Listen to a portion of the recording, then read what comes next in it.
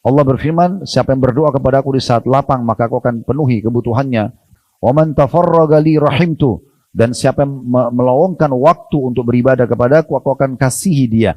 Al-Quran menunjuki kalian penyakit dan obat penyembuh kalian. Kata ada bermaksud adalah semua sumber penyakit orang cuma satu, ya. Dan juga obat kesembuhannya cuma satu. Itu sumber kita semuanya. Semua penyakit cuma satu, obatnya juga cuma satu. Penyakit kalian adalah dosa. Dan obatnya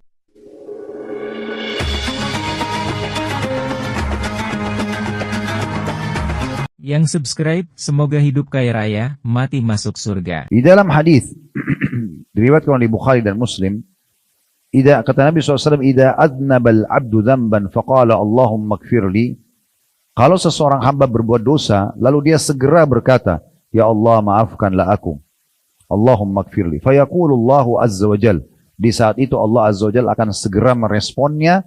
Dia mengatakan, atau Allah berfirman, "Adnaba abdi dzamban fa'alima anna lahu rabban ya'khudhu bidzamb wa yaghfiru dzamb abdi." Sesungguhnya hamba ini telah berbuat dosa dan dia tahu bahwasanya ada Tuhan yang akan menghukum dosa itu dan juga memaafkan dosa itu untuk hambaku. Maka Allah mengatakan, "I'mal ma syi'ta faqad ghafartu lak." Sekarang boleh kau leluasa berbuat lagi apa yang kau mau dari kebaikan-kebaikan, tentunya bukan dosa, ya, karena aku telah maafkan dosamu itu. Jadi hadis ini memberikan pelajaran kepada kita bahwasanya orang yang beristighfar kepada Allah Subhanahu wa taala, dia lagi buat dosa lalu dia segera kembali kepada Allah, dia istighfar dan taubat, astagfirullah wa atubu ilaih, tulus dari hatinya, maka Allah akan merespon dia seraya mengatakan, hamba ini berbuat dosa dan dia tahu ada Tuhan yang menghukum dosa-dosa itu. Makanya dia beristighfar dan taubat. Maka dan dia juga tahu ada yang memaafkan dosa itu Allah. Maka oleh karena itu boleh berbuatlah kamu sesukamu setelahnya, maksudnya kebaikan, bukan kembali kepada dosa. Karena orang kalau baca letterlet hadis ini tanpa dibekali dengan ilmu yang baik, maka dia akan mengatakan, i'mal ma syi'ta faqad ghafartu lak, berbuatlah sesukamu karena aku sudah maafkan dosamu. Bisa saja dia salah paham, syaitan bisikin, lalu kemudian dia tertipu, dia menganggap, oh boleh berbuat dosa lagi, nanti juga Allah akan maafkan. Bukan itu. Tapi maksudnya berbuatlah mulai sekarang ketaatan karena dosamu sudah yang jadi penghalang engkau merasakan kenikmatan ibadah atau rezekimu tertahan karena dosa tadi sudah aku maafkan. Hudzaifah berkata radhiyallahu anhu, saya ini orang yang suka berlidah tajam pada keluarga saya. Kadang-kadang marah, emosional. Maka saya berkata, wahai Rasulullah, saya khawatir lidahku ini akan memasukkanku dalam neraka. Karena kadang-kadang aku bicara kasar, ya. Maka Nabi SAW bersabda, fa'ina anta min istighfar. Mana kamu dari istighfar?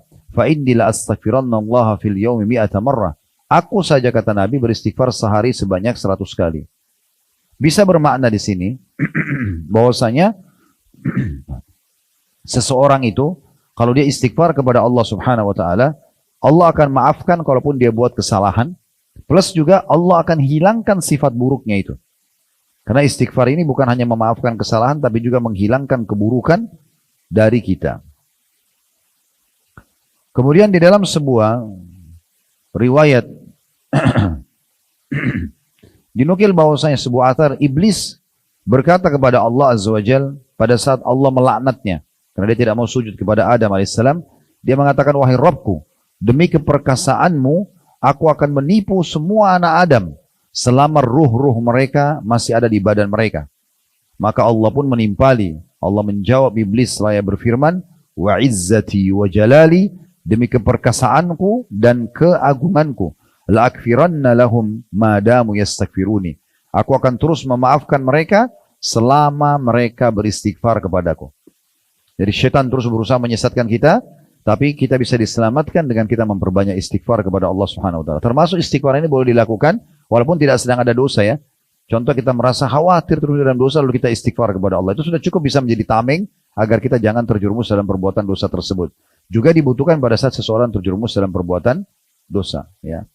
Tentu kalau ada yang bertanya tentang sebuah hukum, dan ini juga kami pernah tanyakan kepada guru-guru kami, beberapa ulama di Timur Tengah, dan jawaban mereka beda jawaban sebuah fatwa kepada orang yang belum buat dosa dengan orang yang sudah buat dosa. Kalau ada orang baru mau berzina, baru mau minum khamar, baru mau riba, baru mau menipu, Maka kita mengatakan jawabannya fatwanya tidak boleh. Hukumnya haram. Tidak boleh dia terjerumus. Dia segera mengontrol dirinya. Dia berlindung kepada Allah subhanahu wa ta'ala dari syaitan. Lalu dia sibukkan dengan amal-amal saleh. Berkumpul dengan komunitas yang baik. Tapi kalau dia sudah terlanjur terjerumus dalam dosa, sudah terlanjur dia lakukan, maka kita mengatakan dia taubat kepada Allah subhanahu wa ta'ala. Ada sebuah hadis yang perlu kita pikirkan sama-sama. Dan usahakan ini diamalkan setiap malam pada saat mau tidur. Karena ini amalan ringan sekali. Cuma banyak orang terlalaikan. Dan memang ada sebuah hadis Nabi SAW mengatakan, amalan-amalan sebenarnya sebelum tidur itu ringan. Dan banyak sekali manfaatnya. Diselamatkan dari syaitan, dijaga oleh malaikat. Banyak amalan-amalan zikir kalau mau tidur ya. Tapi salah satunya ini khusus untuk istighfar. Dia akan mengampuni dosa-dosa kita sebanyak apapun asal dibaca 3 kali. Kata Nabi SAW di dalam hadis diriwayatkan oleh Tirmidzi dan juga riwayat Abu Daud serta Al-Hakim. Kata Nabi SAW, man qala hina ya'wi ila firashi. Siapa yang membaca pada saat menuju ke tempat tidurnya. Udah mau tidur malam, siapa yang menuju ke tempat tidurnya, lalu dia mengucapkan, Astaghfirullahil azim, alladzi la ilaha illa huwal hayyul qayyum wa atubu ilaih.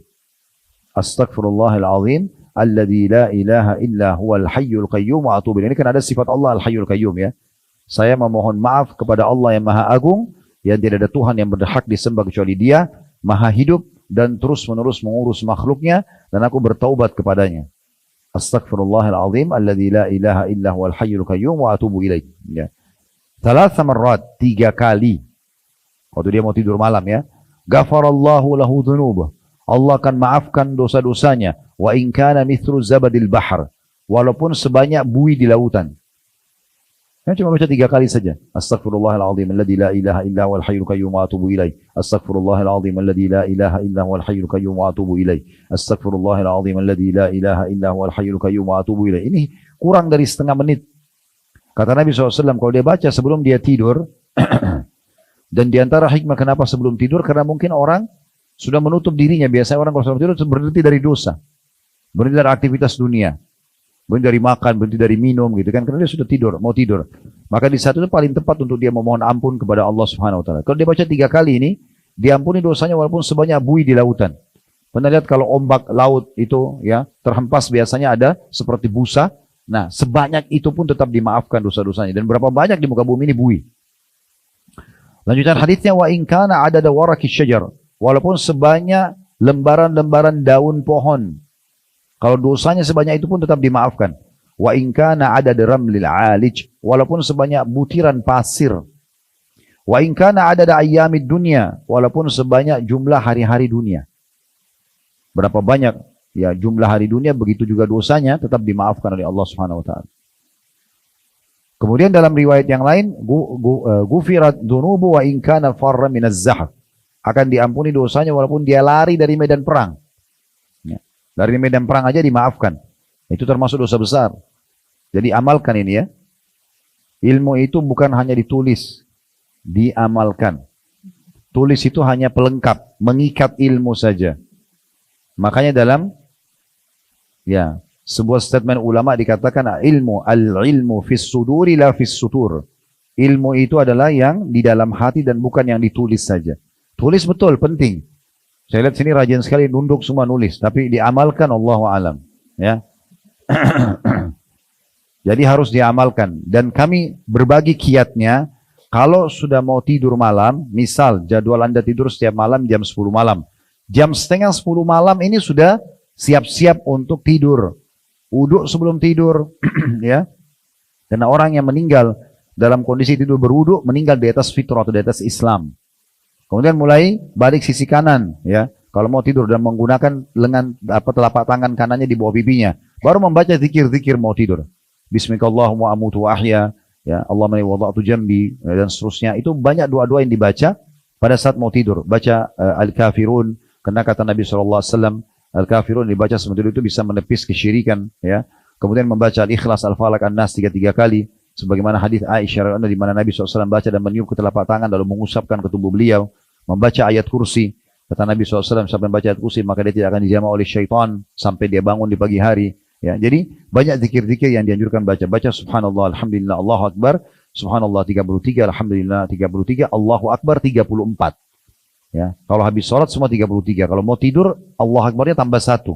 34. Ya. Maka ini juga dianjurkan dan diberikan, kalau dalam hal itu diberikan ribuan pahala.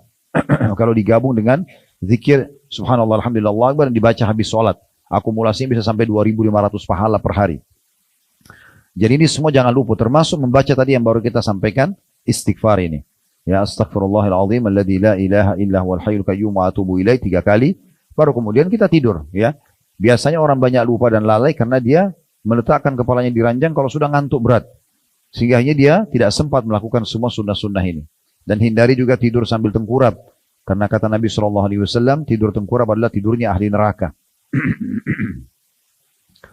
Abu Musa al-Ash'ari radhiyallahu anhu berkata, dahulu kita memiliki 2 pelindung dari azab. Salah satunya telah pergi, yaitu keberadaan Rasulullah sallallahu alaihi wasallam. Waktu Nabi masih hidup, kalau kita hidup di masa itu, kita buat salah kita tinggal bilang ya Rasulullah tolong mohon ampun kepada Allah. Nabi langsung minta ampun, bisa saja dimaafkan dosa kita. Tapi Abu Musa waktu itu berkata dalam riwayat ini, setelah Nabi meninggal, beliau mengatakan dahulu waktu Nabi masih hidup, kita punya 2 cara agar kita selamat dari siksa Allah. Yang pertama keberadaan Rasulullah SAW yang mohon ampun buat kita. Tapi Nabi sekarang sudah meninggal. Maka beliau mengatakan, dan tersisa istighfar. Apabila ia juga pergi, tidak ada orang-orang tidak ucapkan istighfar kepada Allah, maka pastilah binasa. Karena sudah tidak ada penolongnya lagi. Tidak ada penolongnya lagi. Dalam sebuah riwayat lain, Rabi ibn Hutsaim rahimahullah seorang ulama tabi'in mengatakan, merendahlah kalian kepada Rabb kalian. Merendahlah kepada Allah, merasa bahwasanya Anda adalah, kita ini semua hambanya Allah, dengan cara rutin berdoa kepadanya di kala senggang. Kalau senggang, lagi sehat, banyak berdoa. Karena dalam hadis qudsi Allah berfirman, man da'ani fir rakha'i ajabtu fi syiddah. Siapa yang berdoa kepadaku di saat lapang, aku akan kabulkan hajatnya di saat dia sedang sempit. Orang yang lagi sakit butuh disembuhkan, orang yang terlilit utang butuh segera lunasi utangnya, orang yang sedang diganggu orang lain supaya dia bisa diselamatkan. Maka ini justru di saat-saat dia lapang, dia banyak berdoa. Nanti Allah SWT akan berikan dia jalan keluar pada saat dia sedang sempit. Wa man sa'alani a'taitu.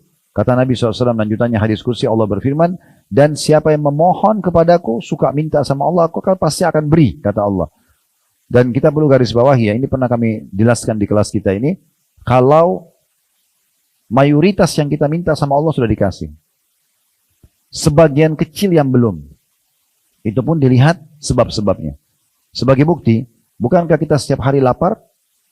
Bukankah tiap hari kita haus? Bukankah tiap hari kita ngantuk?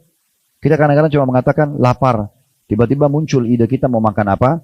Kita dapat makanan dan kita hanya bisa makan. Bertahun-tahun kita makan. Bukankah itu permintaan yang Allah sudah berikan?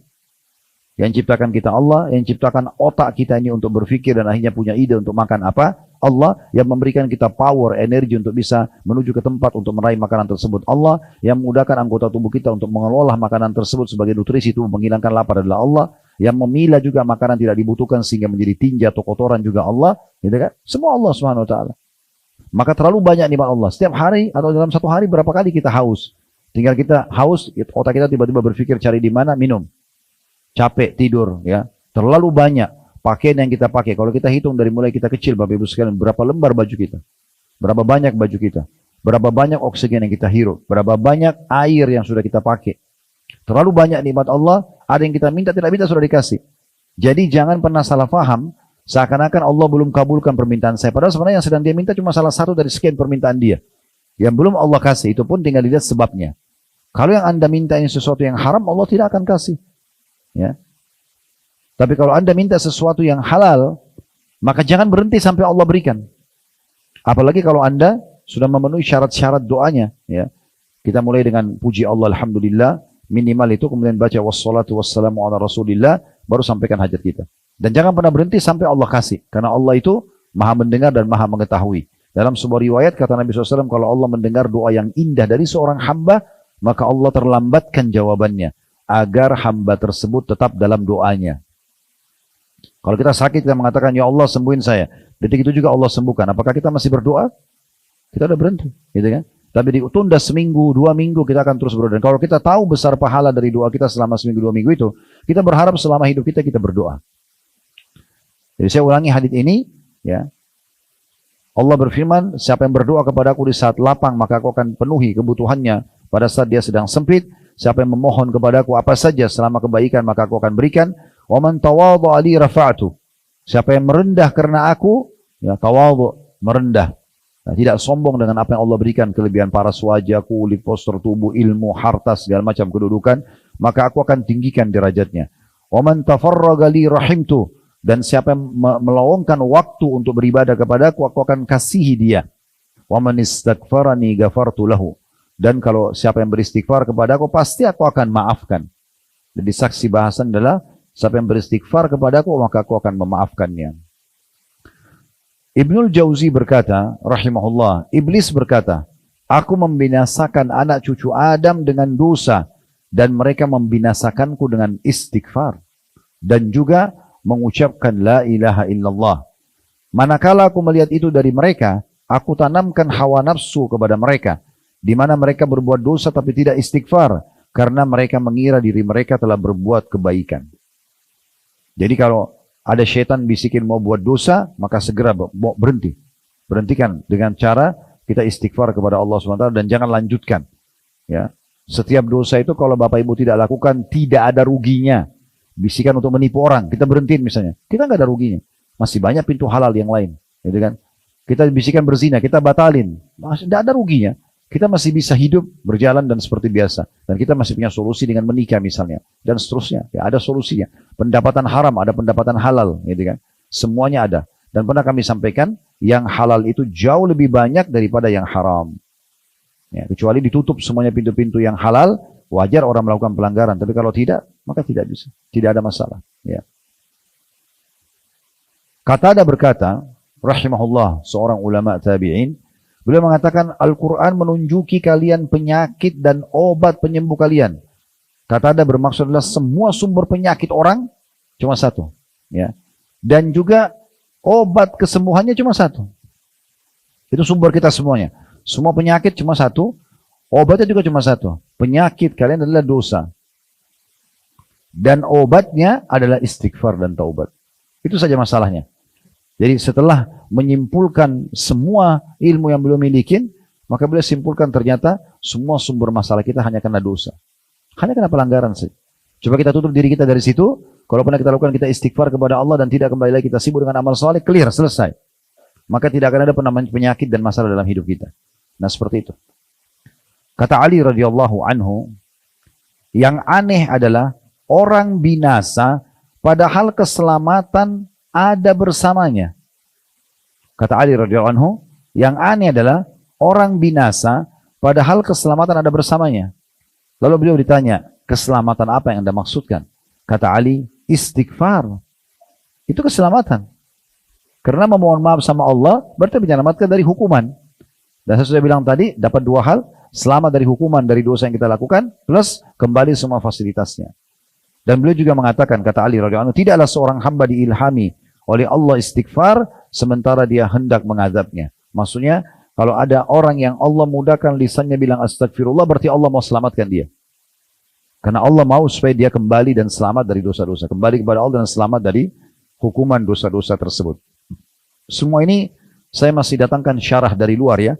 Karena saya lihat dalam buku kita ini tidak disebutkan dalil, tetapi hanya disangkat perkataan Ibnu Qayyim rahimahullah. Nanti akan kita baca insyaAllah sebagai penutup dari bahasan kita. Kemudian Luqman al-Hakim berkata, seorang yang saleh yang Allah kekalkan namanya dalam Al-Quran, surah Luqman. Dalam salah satu wasiatnya kepada anaknya, dia mengatakan, wahai anakku, Allah memiliki waktu, Allah memiliki beberapa waktu yang tidak ditolak di waktu itu orang yang meminta kepadanya. Maka di saat itu istighfarlah. Ya.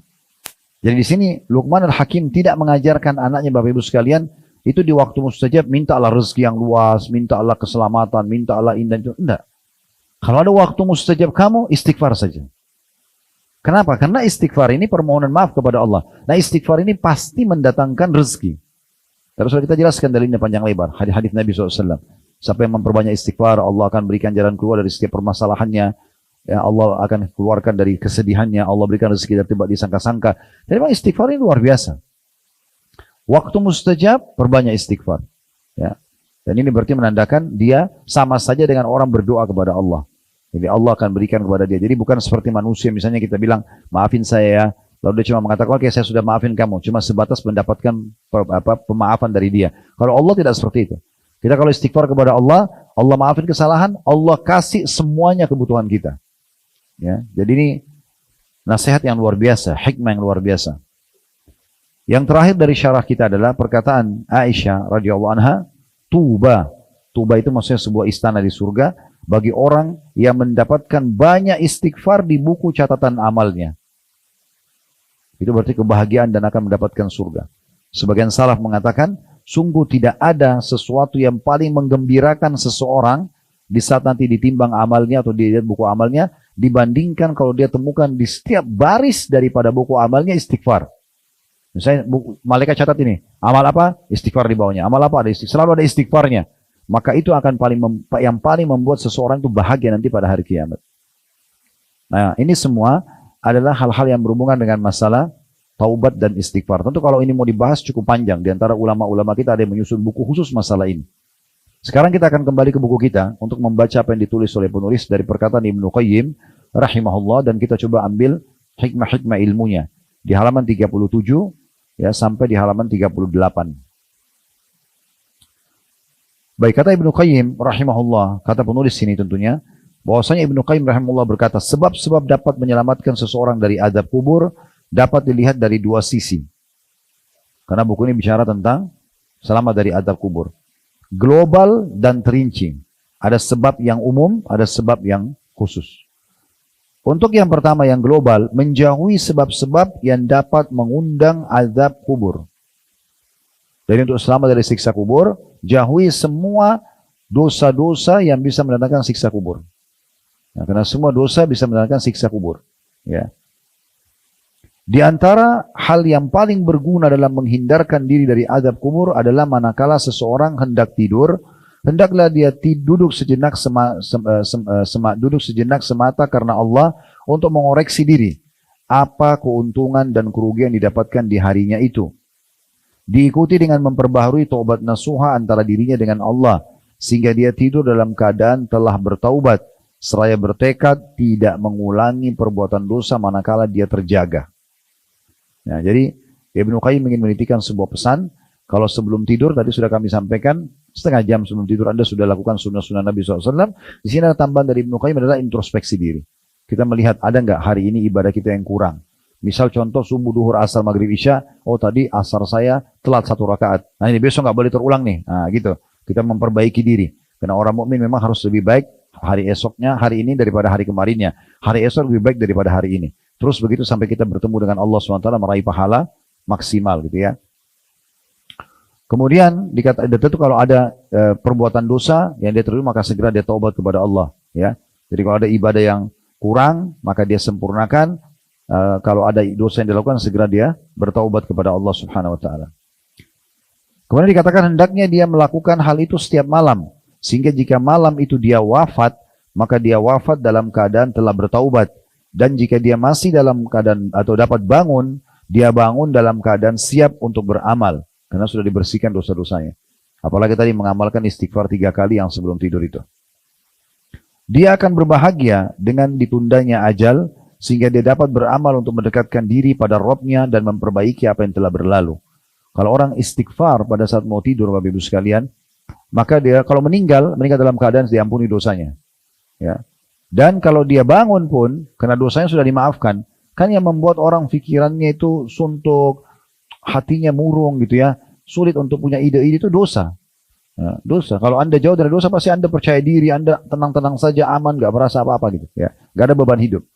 Maka orang yang istighfar, kalau mau tidur dimaafkan dosa-dosanya, berarti tidak ada hukuman kalau dia meninggal dalam keadaan sudah taubat. Kalau dia bangun dalam kondisi dia bersih dari dosa, dia lapang lagi dadanya. Maka dia secara otomatis memulai aktivitas dengan sangat baik. Tidak ada sesuatu yang lebih bermanfaat bagi seorang hamba daripada tidur dalam keadaan semacam ini. Maksudnya dalam keadaan bertaubat. Apabila jika hal itu diikuti dengan zikir kepada Allah, mengamalkan sunnah-sunnah yang diriwayatkan dari Rasulullah SAW sebelum tidur, tadi sudah kami jelaskan seperti wudu, balik di sisi kanan, ya, kemudian baca zikir-zikir yang sudah kita sebutkan tadi dan mungkin Bapak Ibu juga sudah tahu ya, tidak perlu saya ulangi. maka ini insya Allah akan seperti yang dikatakan oleh beliau di sini. Hingga dia benar-benar terlelap tidur, maksudnya mengamalkan sunnah sebelum terlelap tidur. Siapa yang Allah menginginkan kebaikan untuknya, maka dia Allah akan memberinya taufik untuk mengamalkannya, dan tidak ada kekuatan kecuali dengan pertolongan dari Allah. Nah, intinya di sini sebenarnya di dalam buku ini kalau Anda baca, mungkin Anda tidak dapatkan tadi ilmu yang kami sampaikan, dalil-dalil yang cukup banyak gitu ya. Makanya kita butuh menjelaskan dan syarah buku ini. Dan sudah alhamdulillah kita syarah tadi panjang lebar, dan insya Allah mudah-mudahan bisa kita amalkan ya. Dan kedepannya kita akan lanjutkan di poin nomor 17. Siapa yang ucapan terakhirnya la ilaha illallah, dia akan masuk ke dalam surga. Nanti akan kita panjang lebar jelaskan tentang makna la ilaha illallah dan seperti apa sebenarnya orang untuk meraih keutamaan ini supaya akhir hidupnya betul-betul akhir yang dia ucapkan la ilaha illallah. Karena banyak orang ditutup hidupnya dengan kebiasaan-kebiasaan dia. Ya, kebiasaan-kebiasaan dia. Ada orang yang mungkin karena biasa dulu berbuat judi atau gosip atau yang semisalnya, maka Allah pun memudahkan dia justru untuk yang meninggal dalam kondisi seperti itu. Allahu a'lam. Bagian yang kita bisa bahas, mohon maaf bagi teman-teman yang sudah masuk pertanyaan cukup banyak, tidak bisa kami jawab semuanya. Tapi insya Allah selama Anda sudah masuk ke media kami, akan kami jawab bersama tim insya Allah. Ada benar dari Allah, silakan diambil dan diamalkan. Kalau salah dari saya, mohon dimaafkan dan saya istighfar kepada Allah Subhanahu wa taala. Subhanakallahumma bihamdika, asyhadu an la ilaha illa anta astaghfiruka wa atubu ilaik. Wassalamualaikum warahmatullahi wabarakatuh.